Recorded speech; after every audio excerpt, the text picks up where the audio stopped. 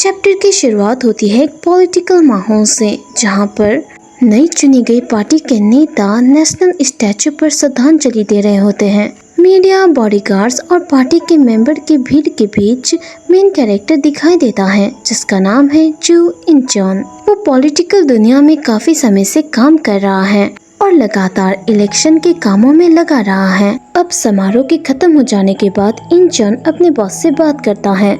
उसके चेहरे से साफ पता चलता है कि वो इस काम से थक चुका है। सालों तक नेताओं के लिए काम करने और उनकी प्रॉब्लम को सुलझाने के बाद उसे एक नया काम सौंपा जाता है। इस बार उसे अपने पुराने इलाके में भेजा जाता है, जहां एक बड़े डेवलप प्रोजेक्ट का काम अटका हुआ है। गवर्नमेंट और कई कंपनियां उस इलाके का फिर से डेवलपमेंट करना चाहती हैं, लेकिन एक पुराना जिम उन लोगों के रास्ते पर आ रहा है, क्योंकि उस जिम का ओनर अपनी प्रॉपर्टी बेचने के लिए तैयार नहीं है। इसी प्रॉब्लम को सुलझाने के लिए इंचॉन उस जिम पर पहुंच जाता है, लेकिन उसे तो विश्वास ही नहीं हो रहा था कि इतना बड़ा प्रोजेक्ट केवल एक पुराने जिम की वजह से रुका हुआ है। इंचॉन कुछ जानकारी जुटाता है और उसे पता चलता है कि उस जिम का ओनर उसका ही जाना पहचाना एक इंसान है। अब ये सारी बातें जानने के बाद इंचॉन सीधे फिर से उस जिम में जाता है, जहां उसकी मुलाकात उस जिम के ओनर यानी कि इस मनहवा के सेकंड मेन लीड आन प्योंग हा से होती है, जो कि खुद इंचॉन का पड़ोसी होता है।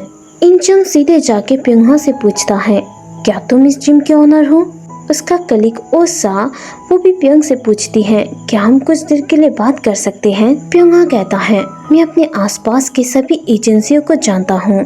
इंचॉन कहता है, हम एजेंसी से नहीं हैं। तुम्हें तो पता ही होगा है ना, तुम्हारी इस जिम की वजह से डिस्ट्रिक्ट के जो डेवलपमेंट प्रोजेक्ट है वो रुका हुआ है। क्या बेहतर ये नहीं होगा कि इस जिम की कीमत गिरने से पहले तुम इसे बेच दो? तुम्हें फायदा भी होगा और तुम इसे अच्छे दाम पर भी बेच सकते हो। तभी इंचॉन को अपनी बॉस की एक बात याद आती है। उसने कहा था कि इस जिम का ओनर काफी बदतमीज है। तभी वो प्योंग हा से कहता है, इससे पहले कि कोई अनहोनी हो जाए तुम्हारे लिए बेहतर होगा कि तुम इस जिम को बेच दो। प्योंग हा गुस्से में कहता है, मैंने कहा ना नहीं। तभी इंचॉन उसे रोकते हुए कहता है, यहाँ सिर्फ तुम्हारी जान दांव पर नहीं लगी है, यहाँ दूसरे लोगों की जिंदगी भी दांव पर लगी है। क्या मैं ये जान सकता हूँ कि तुम इतने जिद पर क्यों अड़े हुए हो? लेकिन प्योंग हा तो उसका हाथ झटक कर आगे बढ़ जाता है। ये देखकर वो दोनों ही शॉक्ड और हैरान हो जाते हैं।